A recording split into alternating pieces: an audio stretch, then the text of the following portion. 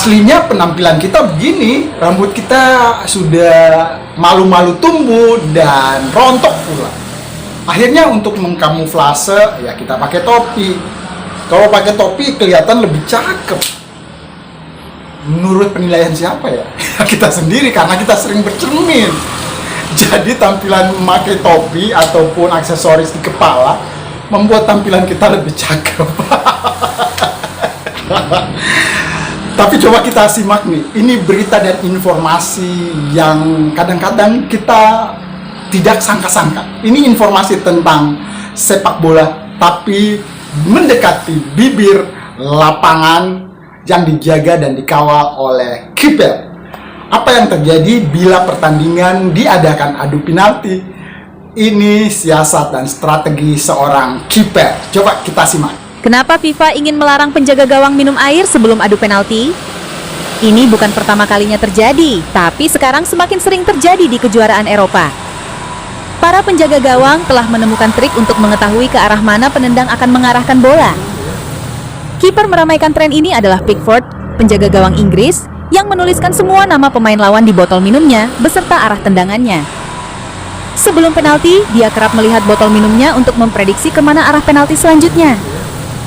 Strategi ini berhasil menyelamatkan satu penalti yang membawa Inggris ke semifinal Euro. Namun, ini bukan pertama kalinya trik ini digunakan. Kiper pertama yang viral karena trik ini adalah Tim Krul. Penjaga gawang cadangan Belanda itu mengejutkan dunia ketika dia masuk pada menit terakhir pertandingan hanya untuk menghadapi adu penalti. Karena memiliki catatan nama-nama pemain lawan dan arah tendangan yang ditulis di botol minumnya. Menurutmu, apakah ini bentuk strategi atau kecurangan?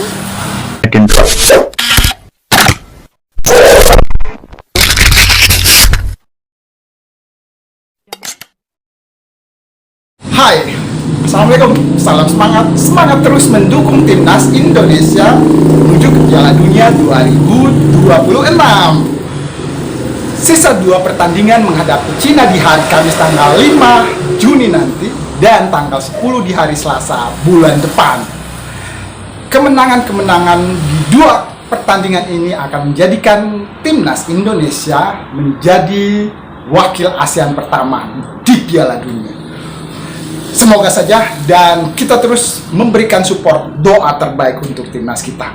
Andai saja posisi kita ada di Denpasar, Bali hari ini, kemungkinannya kita akan bertemu dengan pemain-pemain timnas yang sedang akan melakukan TC di base Dewa United di Bali. Kenapa kita bisa ketemu? Kita ketemu di bioskop karena para pemain nasional boleh jadi menyaksikan, menonton gala premier film Mission Impossible Final Reckoning. Kenapa kita bisa ketemu dengan para pemain timnas? Bukannya mereka sedang latihan. Boleh jadi juga pemain-pemain timnas akan menyaksikan karena konon kabarnya ini adalah franchise film Mission Impossible untuk terakhir kalinya diperankan oleh Tom Cruise. Jadi kita akan berpisah dengan tokoh utama dari Mission Impossible, Tom Cruise. Makanya kita jangan ketinggalan untuk menyaksikan episode terakhir yang diperankan oleh Tom Cruise sebagai Hunt di Mission Impossible Final Reckoning tahun 2025 ini. Oke, itu basa-basi tentang Mission Impossible karena timnas Indonesia juga menyandang tapi membawa Mission Impossible untuk mengalahkan tim Cina di Stadion Utama Gelora Bung Karno dan mengalahkan tim Jepang nanti di Osaka, Jepang. Mission Impossible kali ini.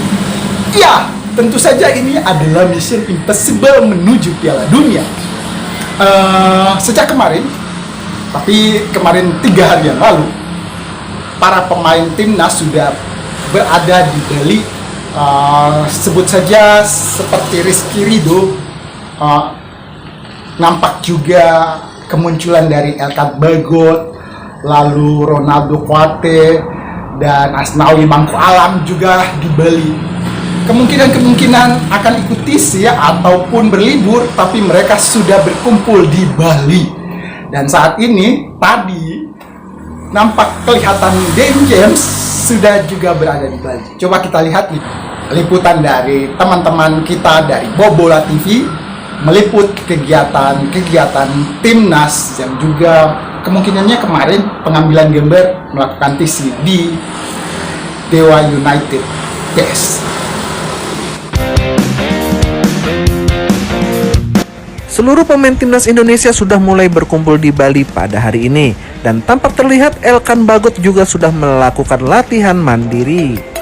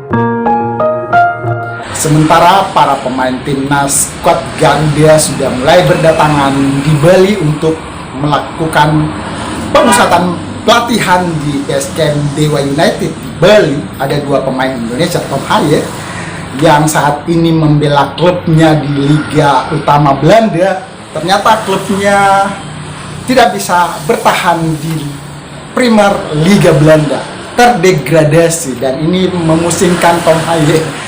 Di Italia, pemain kita, penjaga gawang andalan kita, Emil Audero, juga kemungkinannya akan terlambat ikut bergabung di TC di Bali nanti karena timnya akan mengikuti playoff untuk bisa tetap bertahan di Liga Serie A Italia.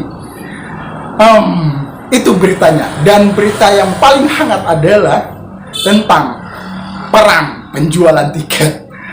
Teman-teman kita dari Bola Garuda akan mengulasnya, bagaimana masyarakat pencinta sepak bola sekawasan ASEAN ikut melihat tentang perang tiket ini. Apa yang terjadi? Coba kita lihat. Jika dulu Indonesia dan Malaysia dikenal karena rivalitasnya yang membara di atas rumput hijau, kini kedua negara tersebut justru berhadapan dalam medan perang yang berbeda. War tiket. Ya, kamu tidak salah dengar. Bukan saling lempar can atau bendera, melainkan adu cepat jari dan koneksi internet demi mendapatkan tiket laga kualifikasi Piala Dunia 2026 zona Asia, Indonesia vs China, yang akan digelar di Stadion Gelora Bung Karno Juni mendatang. Tiket itu bukan hanya menjadi incaran supporter lokal, tapi juga jadi buruan lintas batas negara. Bahkan, yang paling mengejutkan, supporter Malaysia pun ikut dalam antrean digital itu. Dan banyak dari mereka gagal. Salah satu kisah paling menarik datang dari sosok yang sudah cukup dikenal oleh netizen Indonesia, Abam, TikTokers asal Malaysia dengan gaya bicara kocak dan logat Melayu yang khas. Selama ini, kontennya memang sering warawiri di FYP TikTok Bola ASEAN. Kadang menyindir timnas Indonesia, kadang membela Harimau Malaya. Tapi di tengah panasnya euforia Garuda saat ini, kontennya berubah drastis. Lewat sebuah video yang langsung viral di dua negara, Abam mengaku sangat ingin menonton laga Indonesia vs China. Bahkan, ia rela membuat akun Live In by Mandiri secara mendadak demi mendaftar Garuda ID, sebuah akses wajib bagi siapapun yang ingin membeli tiket laga kandang timnas Indonesia. Tak kisahlah aku dari Malaysia, aku nak rasa sendiri suasana GBK bila Garuda main. Ini bukan game biasa, bro. Ini momen besar, dan aku tak nak terlepas. Ucapnya dalam video penuh semangat. Sayangnya, nasib berkata lain. Sebelum akunnya selesai, tiket sudah ludes. Disapu habis oleh supporter Indonesia yang sudah standby dari pagi dengan jari yang lincah, dan akun Garuda ID yang sudah aktif sejak lama. Tak menyerah, Abam pun mengunggah video lanjutan, lebih emosional, lebih tulus, memohon bantuan dari siapapun supporter Indonesia yang mungkin masih punya tiket lebih. Duit Malaysia aku kalau ada lebih, bro.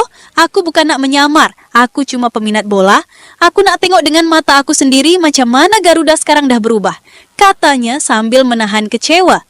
Ribuan komentar membanjiri unggahannya. Jujurnya abang sangat stres kerana tiket pesawat dan booking hotel sudah dibeli. Yang lebih penting gue tidak ingin miss pertandingan besar ini. Gimana guys? Tolong beri abang petunjuk bagaimana cara beli tiket sebagai orang asing. Please komentar di sini. Tak sedikit dari warga Indonesia yang justru menawarkan bantuan.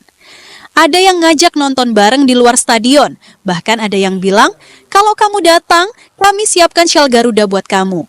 Dari musuh lama, Abang berubah jadi simbol persatuan sepak bola ASEAN. Bukan karena pertandingan, tapi karena kekaguman akan transformasi besar yang sedang terjadi di tubuh Timnas Indonesia. Kisah Abang bukan satu-satunya. Fenomena yang lebih besar sedang terjadi. Ribuan netizen Malaysia mulai angkat suara, tidak lagi dengan nada sinis seperti dulu, tapi dengan kalimat-kalimat yang penuh kekaguman. Indonesia dah bukan sekadar tim ASEAN, mereka dah jadi wakil ASEAN sebenar. Kalau ini bukan era emas, aku tak tahu dah nak panggil apa. Kalau Indonesia masuk Piala Dunia, kami akan sokong juga. Kita satu benua, bro. Rivalitas historis Indonesia-Malaysia yang biasanya memanas menjelang setiap laga, kini berubah jadi empati dan apresiasi.